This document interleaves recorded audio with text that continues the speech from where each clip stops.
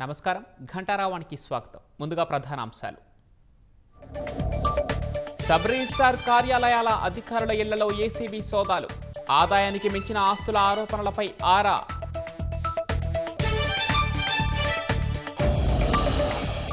మంత్రి సంధ్యారాణి కుమారుడు పీఏపై ఆరోపణలు అవాస్తవం.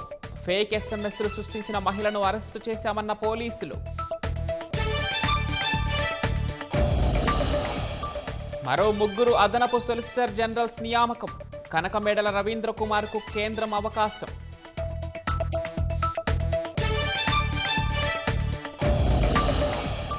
రైల్వే శాఖ పరిశీలనలో గుంతకల్లు మార్కాపురం ప్యాసింజర్ రైలు. పరిగణలోనికి ఎంపీ బైరెడ్డి శబరి ప్రతిపాదనలు. బంగ్లాలో హిందువులపై దాడులు నిరసిస్తూ వీహెచ్పీ ఆందోళనలు.